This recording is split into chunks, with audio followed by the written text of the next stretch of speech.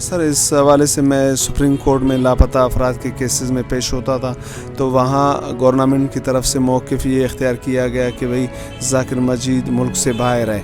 تو میں نے سپریم کورٹ کے سامنے موقف یہ اختیار کیا کہ ریاست کے ساتھ سورسز زیادہ ہے. کس بنیاد پر وہ یہ کہہ رہے ہیں کہ ذاکر مجید افغانستان میں ہے؟ اگر افغانستان میں ہے کم سے کم اس کا ایک پروف لائے تاکہ سب مطمئن ہو. کبھی ٹیلی فون نہیں کیا اس نے گھر میں؟ نہیں بالکل نہیں کیا سر. تو اس پر چیف جسٹس نے اداروں کو کہا کہ آپ پروف لائے. تو اس حوالے سے ادارے افتخار چودھری صاحب تو اس حوالے سے مطلب حکومت پروف لانے میں ناکام رہا اور سپریم کورٹ کے سطح پر ان کے جتنے بھی رپورٹس تھے کرائسس مینجمنٹ سیل کے سپریم کورٹ نے ان کو مسترد کر دیا اور ان کو کہا کہ الزامات اداروں کے اوپر ہے لہٰذا ذاکر مجید کو فوری طور پر بازیاب کیا جائے. اچھا تو ابھی تھوڑا سا ذاکر مجید شادی شدہ ہے؟ نہیں اس کو بالکل اس کو کچھ نہیں ہے. ہمارا بڑا بیٹا یہ ہے, ہمارا گھر کا مالک بھی یہ ہے, ہم اکیلا رہتے ہیں ابھی. کبھی فون پہ رابطہ نہیں ہوا؟ نہیں. تو یہ کیا کہتے ہیں آپ کو سیکورٹی کے ادارے کیا کہتے ہیں؟ کبھی آپ نے ان سے یہ ہے نا ادھر کبھی ملاقات کی ہے؟ کبھی کیا کہتے ہیں؟ مطلب یہ ہے کہ کمیشن کی طرف سے یا سپریم کورٹ کی طرف سے ان کے جو اسٹیٹمنٹس ہوتے ہیں اسٹیٹمنٹس ریکارڈ کرائے گئے, ان کے گھر بھی گئے کون آئے؟ حکومتی اداروں کے اہلکار. وہ کہہ رہے ہیں کہ ہم کوشش کر رہے ہیں کہ ذاکر مجید کو ٹریس کرے اور اس کو بازیاب کر کے آپ لوگوں تک پہنچا سکے. تو آپ نے کہا نہیں کہ آپ کے تو اپنے لوگ لے کر گئے ہیں اور گواہ بھی اس کے موجود ہیں؟ جی یہ بالکل سپریم کورٹ کے سطح پر جب یہ کیسز سپریم کورٹ میں چلے تھے شواہد آنے کے بعد سپریم کورٹ نے 2 عبوری آرڈر جاری کیے تھے. ان میں یہ کہا تھا کہ بھئی جتنے شواہد عدالت کے سامنے آئے ان سے یہ ثابت ہوتا ہے کہ بلوچستان میں لوگوں کو اٹھانے میں ادارے ملوث ہیں. اور سپریم کورٹ نے بار صوبائی اور وفاقی گورنمنٹس کو کہا کہ لاپتہ افراد کو بازیاب کیا جائے ورنہ آپ لوگوں کے خلاف کارروائی کی جائیں گی. لیکن افسوس سے کہنا پڑتا ہے کہ حکومتی سطح پر اعلیٰ عدلیہ کے احکامات کو نہیں مانا گیا.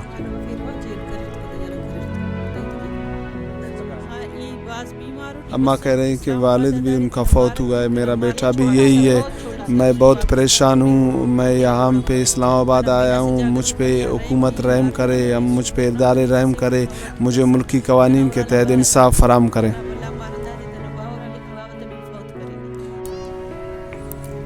قلی کمرانی کوئٹہ سے 2016 میں اٹھایا گیا یہ جہاں سے محمد حسنی آج ان کی والدہ یہاں اسلام آباد میں نیشنل پریس کلب کے سامنے 4 دن سے بیٹھی ہیں اور حکومت سے مطالبہ کر رہی ہیں کہ ان کے بیٹے کو بھی بازیاب کرایا جائے.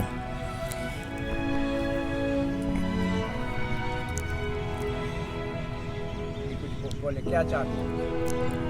سوٹ اسلام آباد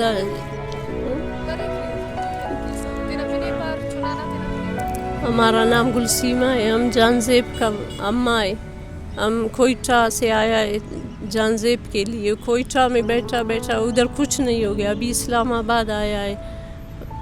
تم سے اپیل کرتا ہوں بڑا آدمی سے بڑا حکومتی نمائندوں سے اپیل کرتا ہوں ہمارا بیٹا کو ابھی چھوڑ دے. اس کا چھوٹا لڑکی ہے ابھی 6 سال کا ہو گیا ہے, ہر دن کہتا ہے اماں ہمارا ابو کو کب لائے گا. بچے شادی شدہ ہے؟ کتنے عرصے بعد شادی کے اٹھایا گیا؟ 1 سال ہو گیا ایسا, 1 سال سے زیادہ یا 1 سال ہو گیا اس کو اٹھایا. تو کس الزام میں اٹھایا ہے؟ FIR میں کس کے الزام ہے؟ الزام بس FC نے ہمارا گھر میں آیا اٹھایا, اس کو یہ درزی تھا. آپ کے سامنے اٹھایا؟ ہاں. کون تھا؟ FC تھا, دوسرا 4 وردی میں آیا تھا. اچھا. ہمارے گھر میں ہمارے سامنے اٹھایا اس کو. تو کیا الزام تھا؟ کچھ نہیں تھا, وہ درزی تھا. کیا کام کرتا تھا یہ؟ درزی تھا. ہاں. تو ابھی کیا بولتے ہیں, پولیس کیا بولتی ہے؟ کچھ نہیں بولتے. ہمارے پاس نہیں ہے وہ کہتے ہیں؟ نہیں, ایسا بھی نہیں کہتا ہے کہ ہمارا پاس نہیں ہے, بس کچھ نہیں کہتا ہے. کتنے بجے اٹھایا تھا؟ رات کا 12 بجے تھا یا 11:30 تھا. رات کا؟ ہاں. رات کے ٹائم؟ ہاں رات کو تو ایف آئی آر بھی کٹائے پولیس نے؟ نہیں گیا، وہ نہیں کٹایا، پولیس نے نہیں کاٹا ایف آئی آر؟ نہیں۔ کیوں؟ کہتے اس کا خلاف ہم نہیں کٹائے۔ تو آپ نے کس کے خلاف ایف آئی آر کروائی؟ تو ہم نے بولا اس کو ایف سی ایجنسی، یہ لوگ آیا اٹھایا اس کو، اس آپ کے کام۔ سامنے اٹھایا؟ ہاں ہمارے سامنے، ہم گھر میں تھا، اس کا بیوی، ہمارا 3 لڑکی، 1 لڑکا، ہمارا اماں، سب گھر میں تھا۔ تو آپ نے عدالت میں گئے، سپریم کورٹ میں گیا، بلوچستان ہائی کورٹ میں گئے؟ نہیں کیوں عدالت میں نہیں گئے؟ نہیں گیا، بس 4 سال انتظار کیا، ابھی 1 سال ہے بس نکل گیا ہے۔ ادھر کوئٹہ میں بیٹھا ماما قدیر کا کیمپ میں۔ رسولہ صاحب، یہ کیا معاملہ ایف آئی آر کٹے؟ ایف آئی آر تو انہوں نے نہیں کٹا ہے، لیکن یہ کہ عدالتی کمیشن میں پیش ہو رہے ہیں، اور جسٹس جاوید اقبال کے کیا کہتے ہیں وہ مطلب انہوں نے اس حوالے سے جی آئی ٹی بنائی تھی، جی آئی ٹی نے ان کے جو گواہان تھے ان کا اسٹیٹمنٹ انہوں نے ریکارڈ کروایا ہے، اور بس یہی سلسلہ مطلب جاری ہے۔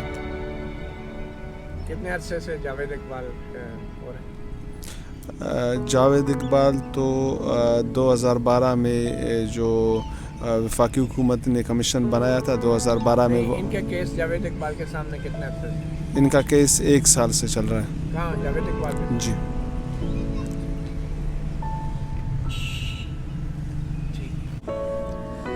بلوچستان لیویز پولیس کے سعید احمد بھی لاپتہ ہوئے، 23 سال کی عمر میں اٹھائے گئے اور آج تقریباً 8 سال ہو چکے ہیں اور 30 سال سے زائد ان کی عمر ہو چکی ہے، یہ لاپتہ ہیں۔ 2018 میں ان کے ساتھ ہی اٹھائے گئے 2 افراد کو چھوڑ دیا گیا، مگر سعید احمد آج تک بازیاب نہیں ہوئے۔ ان کی والدہ نیشنل پریس کلب اسلام آباد کے سامنے احتجاج کر رہی ہیں اور مطالبہ کر رہی ہیں کہ ان کا لخت جگر ان کو واپس کیا جائے۔ میں سعید احمد کی والدہ ہوں۔ میں بلوچستان کے علاقے مستونگ سے یہاں دارالحکومت اسلام آباد آئی ہوں۔ وہ اس لیے آئی ہوں کہ وزیر اعظم عمران خان میری آواز کو سنے، میرے درد کو سمجھے، مجھے انصاف فراہم کرے اور مجھے زندگی بھر کی کرب سے نجات دلائے۔ آپ نے پولیس میں کس کے الزام لگایا؟ اس کو کیسے اٹھایا گیا؟ آپ کے سامنے اٹھایا گیا؟ آپ کی نظروں کے سامنے؟ کیسے؟ اپنے کزن کے ساتھ سعید احمد کو اٹھایا گیا تھا۔ جب سعید احمد کے کزن کو چھوڑا گیا تو اس کے بعد 2018 میں چھوڑا گیا تھا۔ اس کے بعد اماں کہہ رہی ہے کہ ہمیں مستونگ ایف سی کیمپ بلایا گیا، وہاں ہم سے کہا گیا کہ آپ کے بیٹے کو رہا کیا جائے گا، لیکن آج تک میرا بیٹا رہا نہیں ہوا ہے۔ 2-3 دفعہ اماں کہہ رہی ہے کہ ہمارے گھر حکومتی اہلکار آئے، انہوں نے ہمارے بیٹے کے حوالے سے پوچھ گچھ کی اور ان کے والد کا دستخط لے کے ہمیں یقین دہانی کرائی کہ ہم آپ کے بیٹے کو بازیاب کریں گے، لیکن آج تک میرا بیٹا بازیاب نہیں ہوا۔ دستخط کس چیز پہ لیے؟ دستخط ایف سی والا کلکر کیا لکھا تھا تحریر؟ پینن پو متا بھی نکینت ایلو کرے۔ مطلب یہ ہے کہ والد صاحب وہ کہہ رہے ہیں کہ ان کی والد صاحب مطلب پڑھ نہیں سکتے تھے اور کاغذات پہ ان سے دستخط لیے گئے۔ اس میں یہ بھی ہو سکتا ہے کہ جو انویسٹیگیشن کے حوالے سے وہ اچھا اماں کہہ رہی ہے کہ ان کا کہنا تھا کہ آپ دستخط دے دو، آپ کے بیٹے کو رہا کیا جائے گا۔ ٹھیک ہے، تو ابھی تک رہا نہیں ہوا ہے؟ نہیں۔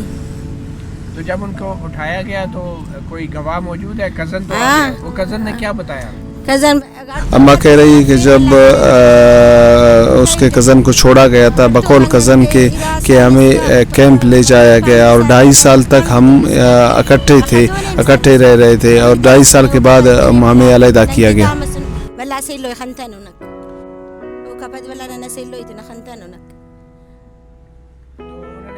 اماں کہہ رہی ہے کہ پولیس کو بھی اسٹیٹمنٹ ریکارڈ کرایا ہے، اس کے علاوہ ڈی سی کو بھی اس حوالے سے انہوں نے نہیں کزن نے پولیس کو اسٹیٹمنٹ دیا تھا اور لوائقین ڈی سی کے پاس گئے۔ کزن نے پولیس کو کیا اسٹیٹمنٹ دیا؟ اما انت لو بیان انت سنی اب اماں کہہ رہی ہے کہ مجھے پتہ نہیں ہے. ظاہر سی بات ہے جب اس سے پوچھا جائے گا تو وہ جس طرح ان سے انہوں نے کہا ہے کہ ہمیں اس طرح اٹھایا گیا ہے تو یہ جاوید اقبال کے کمیشن کے سامنے پیش ہوا نہیں اس کا کیس نن خنتان پو میں فانے یہ مطلب 8 سال کے بعد ابھی تقریباً 1 مہینہ ہو رہا ہے ہمارے آرگنائزیشن کے پاس آیا تھا. اس کا کیس ہم لوگوں نے بنایا ہے وہ ہم کمیشن کو فراہم کر دیں گے. تو کہیں عدالت میں کبھی گئے 8 سال کے دوران کبھی کسی پولیس میں F I R F R کرے نونک ایف آر کرے نونک کس کے خلاف کسنا خلاف کتن نونک کیا کہہ رہے ہیں؟ اما کہہ رہی کہ ہم لوگوں نے ایف آئی آر کیا ہے لیکن نامعلوم افراد کے اول ننی معلوم اللہ پہلے اما کہہ رہے کہ ہمیں پہلے پتہ نہیں تھا. جب اس کا کزن بازیاب ہو گیا تو انہوں نے کہا کہ ہمیں ملکی اداروں نے گرفتار کیا ہے اور ان کا تعلق کس تنظیم سے تھا بی ایس او ارادے مسیدی ہم پد ولا ریا مس سٹ سمو کا بس چھالا مس انت تھانا ولا انہوں پارے کہ اوتی پٹی پیری کہ ارے مستنگ نان تٹیو. اما کہہ رہی ہے کہ وہاں سے ایک بندہ رہا ہو کے آیا تھا. انہوں نے کہا ہے کہ ہم نے اس کو وہاں پہ دیکھا ہے. میرا نام عطیہ بطول ہے. میرے بھائی اور کزن احسان کمرانی اور حزب اللہ کمرانی کو 14 فروری 2020 قلی کمرانی کے مین روڈ سے سیکریٹری اہلکاروں نے اپنی حراست میں لے کر لاپتہ کر دیا گیا تھا. ہم بلوچستان کے دارالحکومت کوئٹہ کے علاقے قلی کمرانی سے تعلق رکھتے ہیں. میرے بھائی کو آج 1 سال مکمل ہو چکا ہے. تب سے ہی ہم جود میں ہیں. ہم نے ایف آئی آر کٹوائی, ہم نے کمیشن میں کیس فائل درج کروائی, ہم نے یو این ورکنگ گروپ میں فائل کروائی, ہم نے مختلف سیاسی کارکنان اور بڑے اداروں کو خطوط لکھے. ہم نے جاوید اقبال کی کمیشن میں کیس فائل کروایا, ہم نے شیرین مزاری کو خط لکھا, لیکن کہیں سے ہمیں رسپانس نہیں ملا. اچھا ان کو اٹھایا کیسے گیا؟ کون لوگ تھے؟ کسی نے دیکھا ان کو؟ جی ان کو 2 عورتوں نے دیکھا تھا جو فاتحہ سے نوشکی سے فاتحہ سے آ رہے تھے. مین روڈ پہ مین روڈ جو ہمارے گھر سے تھوڑے فاصلے پر ہے, وہیں پہ کچھ ملبوس کچھ سیول کپڑوں میں ملبوس لوگ تھے اور ایف سی کے 2 گاڑیاں کڑی تھی. تو جب میرے بائک کو اٹھا رہے تھے تو رات کے 9 بجے کس نے دیکھا؟ کیا ہوا؟ 2 عورتوں نے دیکھا تھا, اور انہوں نے جب میرے بھائی کو دیکھا تو میرا بھائی ان سے بحث کر رہا تھا, ان کو کارڈ دکھا رہا تھا کہ بھائی میں ایک ملازم ہوں. تو وہ چل کے آئے کیونکہ اس سے پہلے میرے بڑے بھائی کو 1 سال لاپتہ کر کے شہید کر دیا گیا تھا. تو ہم فوراً جی ڈیڈ باڈی 2015 میں ان کو اٹھایا گیا تھا اور 2016 میں ان کی ڈیڈ باڈی پھینک دی گئی تھی. تو پھر ابھی تھوڑا بتائیں گے محمد احسان کمرانی کے بارے میں, کیا کام کرتے تھے, شادی شدہ تھے, کتنے بچے ہیں؟ محمد احسان کمرانی شادی شدہ تھے. ان کا ایک بیٹا تھا جس کو 40 دن ہو رہے تھے, تو ان کو اسی رات میرے بھائی کو لاپتہ کر دیا گیا تھا. محمد احسان ڈی ایچ او آفس میں ملازم تھا. اور جو کزن آپ کے حزب اللہ کمرانی کی شادی کو 3 مہینے ہو چکے تھے, اس کے بعد سے وہ لاپتہ ہیں. تو پولیس کیا کہتی ہے, ادارے کیا کہتے ہیں؟ ادارے یہ کہتے ہیں کہ وہ ہمارے پاس نہیں ہے. پولیس تو ہمیں باہر تنگ کرتی ہے, روڈوں پہ آتی ہے, نقشہ لیتی ہے, پولیس اسٹیشن بلاتا ہے, گھروں میں آتا ہے, بیٹھتا ہے, چائے پی کے چلا جاتا ہے, لیکن کوئی رسپانس نہیں دیتا. عدالت میں جج کیا کہتے ہیں؟ وہ کہتے ہیں کہ وہ ہمارے پاس نہیں ہے, آپ لوگ جھوٹ بولتے ہو. جج کیا بولتے ہیں؟ عدالت میں گئے آپ؟ عدالت نہیں گئے, لیکن کمیشن میں ہم جی آئی ٹی میں ہم جاوید اقبال سے آپ کی ملاقات ہوئی؟ نہیں, کبھی نہیں ہوئی. میری نہیں ہوئی. میری سسٹر ایئرنس بھی جاتی ہے. تو کیا کہتے ہیں جاوید اقبال؟ وہ کہتے ہیں آپ لوگ جھوٹ بولتے ہو. کون ہم کہ آپ کے بھائی لاپتہ نہیں ہیں. کون کہتے وہاں پہ جو کمیشن میں لوگ بیٹھے ہوتے ہیں وہ لوگ کہتے ہیں. جاوید اقبال کے کمیشن میں؟ جی وہ کہتے ہیں آپ جھوٹ بولتے ہیں. جی. تو آپ کے بھائی یا کزن کا کسی تنظیم سے کوئی تعلق تھا؟ نہیں, کوئی تعلق نہیں تھا ان کا. یہ جو حزب اللہ کمرانی ہے جی یہ بلوچستان اسٹوڈنٹ آرگنائزیشن کے ساتھ تو نہیں تھا؟ نہیں یا بلوچستان لبریشن آرمی سے ان کا کوئی نہیں، کسی بھی تنظیم سے ان کا کوئی تعلق نہیں تھا. اچھا سر، اس میں ایک بات ہے کہ جب اسیبہ کی احسان کمرانی کی سسٹر اسیبہ کی ایک ویڈیو وائرل ہوئی تھی تو اس کے بعد وزیر اعظم سیکریٹریٹ سے رابطہ کیا گیا تھا ان کو ملاقات کا ان سے ہوا تھا کہ وزیر اعظم عمران خان نے اس کا نوٹس لیا ہے اور آپ اپنی ڈیٹیل دے دیں، اور وزیر اعظم کوشش کر کے اس کو بازیاب کرائے گا. تقریباً 2 مہینے گزرنے کے باوجود اس کے بعد ان سے وزیر اعظم سیکریٹریٹ سے دوبارہ رابطہ نہیں ہوا ہے.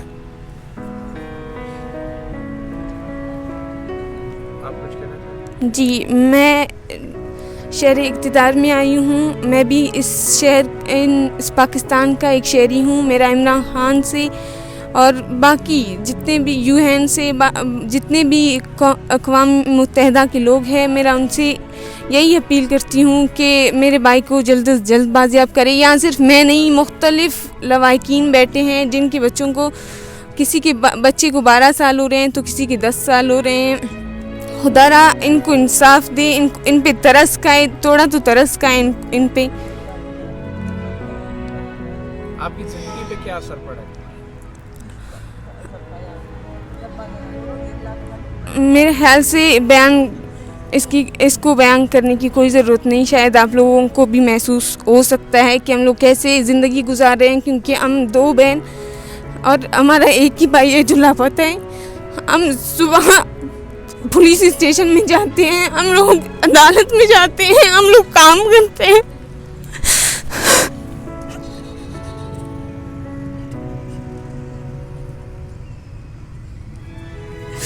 میرے بڑے بھائی کے 3 بچے ہیں، احسان کا خود ایک بیٹا ہے، ان کی بیوی ہے.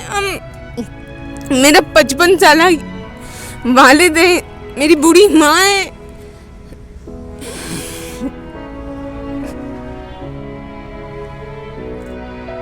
یہ بلوچستان کے علاقے قلی کمرانی سے 14 فروری 2020 کو لاپتہ احسان کمرانی کی والدہ ہے. کہہ رہے ہیں کہ ہمارا گھر کا واحد مرد میرا بیٹا ہے. اب اس کی 2 بہنیں ہیں. ہم مجبور لاچار ہیں، ہم پریشان ہیں، ہمارا کوئی سہارا نہیں ہے. میں بوڑھی ہوں، بوڑھی نہیں ہے. اب سودا سلب لینے کے لیے ہمیں دشواری ہوتی ہے، ہمیں دوسرے کاموں میں باہر جانے میں دشواری ہوتی ہے کیونکہ ہمارے گھر میں کوئی مرد نہیں ہے. میں یہاں پر آئی ہوں، میں اپیل کرتی ہوں کہ انسانی ہمدردی کے بنیاد پر مجھ پہ رحم کیا جائے اور میرے بیٹے کو بازیاب کیا جائے.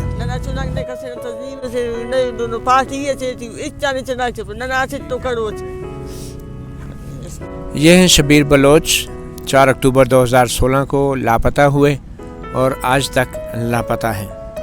بلوچستان اسٹوڈنٹ آرگنائزیشن کے انفارمیشن سیکٹری تھے، جو کہ ایک العدم تنظیم ہے، مگر کوئی جرم اگر ہے بھی تو یقینی طور پہ ان کو عدالت کے سامنے پیش کیا جانا چاہیے تھا. میرا نام سیما بلوچ ہے، میں شبیر بلوچ کی بہن ہوں. میرے بھائی کو 4 اکتوبر 2016 کو پاکستانی فورسز نے ان کی بیوی اور دیگر علاقے کے لوگوں کے سامنے اور 25 لوگوں کے ساتھ اٹھا کر لاپتہ کر دیا. باقی 25 کو بعد میں چھوڑ دیا گیا، لیکن آج تک میرے بھائی کا کچھ پتہ نہیں وہ کہاں ہیں، کس حال میں ہیں. تب سے لے کر آج تک ہم نے ہر ممکن کوشش کی. ہم 2 سالوں تک FIR کے لیے در بدر بھٹکتے رہے، تربت جاتے رہے کہ میرے بھائی کے خلاف FIR درج کریں، تو پولیس نے ہمیں صاف انکار کر دیا کہ ہم اداروں کے خلاف FIR نہیں کرتے. تو 2 سال بعد جا کر انہوں نے FIR کاٹا. ہائی کورٹ میں کیس فائل ہے، وہاں پر بھی ہیئرنگ ہوتی جا رہی ہے، ہم وہاں پر پیش ہوتے ہیں تو وہ کہتا ہے کہ ہماری کوشش جاری ہے. آج تک ہمیں کوئی جواب نہیں ملا.